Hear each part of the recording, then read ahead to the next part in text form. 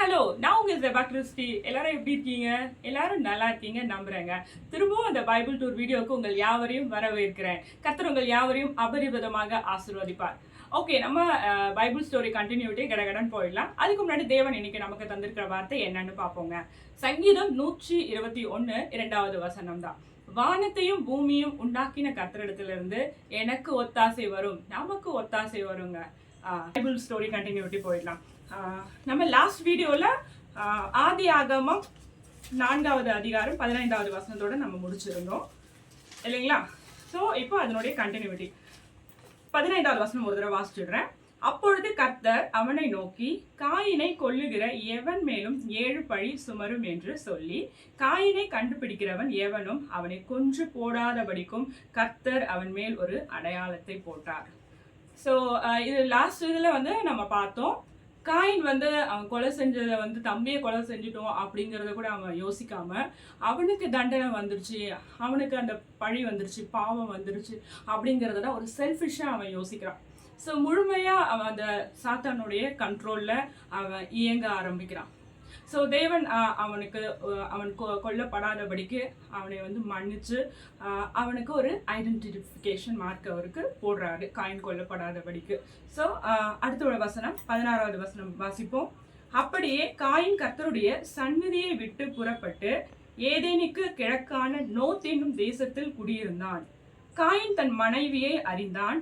அவள் கர்ப்பவதியாகி ஏனோக்கை பெற்றாள். அப்பொழுது அவன் ஒரு பட்டணத்தை கட்டி அந்த பட்டணத்துக்கு தன் குமாரனாகிய ஏனோக்குடைய பேரை இட்டான்.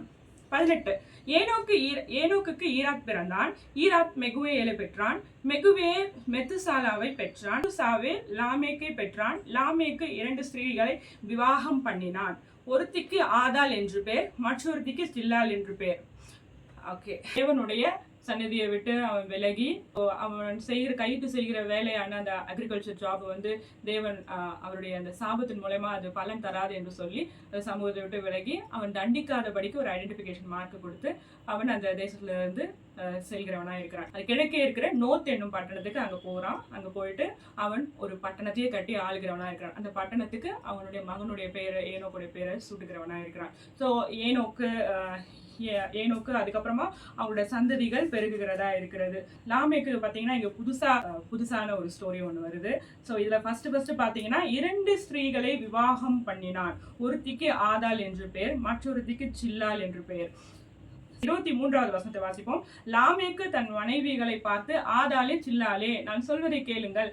லாமேக்கின் மனைவிகளே, என் சத்தத்துக்கு செவி கொடுங்கள். எனக்கு காயம் உண்டாக ஒரு மனுஷனை கொன்றேன், எனக்கு தழும்புண்டாக ஒரு வாலிபனை கொலை செய்தேன். காயினுக்கு 7 பழி சுமருமானால் லாமேக்குக்காக 77 பழி சுமரும் என்றான். ஸோ இது தேவன் அப்போ இவங்களுக்கு போதிச்சு இருக்காரு.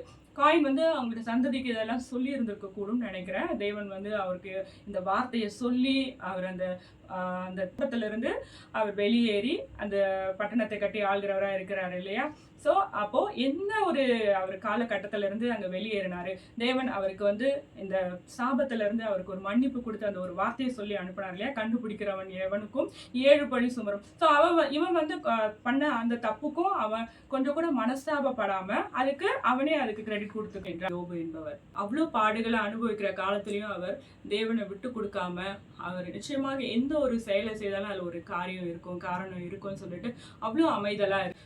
அது போல காயின் சொல்லி இருந்தா நிச்சயமாக அவனுக்கும் தேவன் மன்னிச்சு அவன் இழந்ததையெல்லாம், அவனுக்கு என்னென்ன ஆசைகள்லாம் இருந்ததோ அவர் அந்த ஒத்தாசையை அனுப்பி அவனுக்கு நிச்சயமாக வாழ்க்கையில ஒரு ஜெயத்தையும், அவர் ஜெயபலமானவர், அந்த ஜெயத்தை கொடுத்து அந்த சாபத்துல இருந்து நிச்சயமா அவர் நீக்கி இருப்பாருங்க காயினை.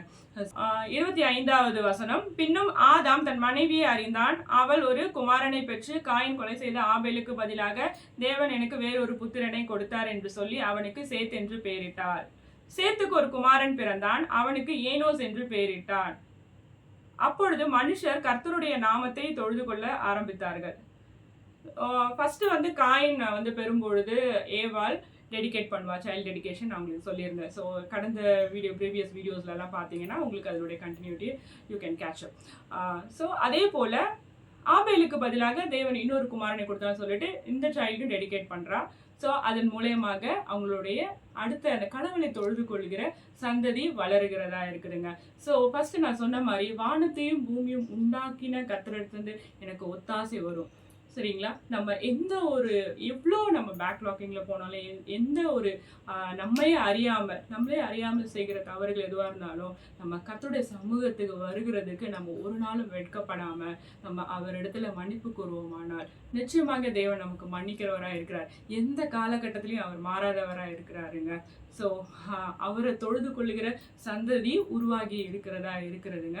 ஸோ அதன் பிறகு நிச்சயமாக அவங்க எடுத்து வைக்கிற ஒவ்வொரு அடி, அது வார்த்தைகளாக இருந்தாலும் அது வாக்கிங்காக இருந்தாலும் அது கர்த்தருக்குள்ளே இருக்கும் பொழுது நிச்சயமாக தேவன் அந்த சந்ததியை ஆசீர்வதிக்கிறவராக இருந்திருப்பாருங்க. ஸோ அதனால தான் ஆபேல் அவனுடைய அந்த குழந்தைத்தனத்தை அவன் மதிச்சும் அவன் பேசுகிறவனா இருக்கிறவனா இருக்கணும். அவனை காணிக்கையாக இருந்தாலும் சரி, அவனுடைய அந்த எண்ண ஓட்டங்களோட இருதயத்தையும் தேவன் பார்த்திருக்கிறவராக இருந்திருப்பாருங்க நிச்சயமாக. ஸோ அதனாலதான் அது சாட்சியாக தேவனே கொடுக்கிறவராக இருக்கிறார். நிச்சயமாக நம்மளுடைய தேவனுடைய வார்த்தையை சொல்ல சொல்ல அறிக்கையிட நம்ம எல்லாவற்றையும் நம்ம ஜெயம் பெறுவோம். ஏன்னா இஸ்ரவேலின் ஜெயபலமானவர் நம்மோட கூட இருக்கிறார். இந்த வார்த்தையை சொல்லி இந்த வீடியோவை நான் நிறைவு செய்கிறேன்.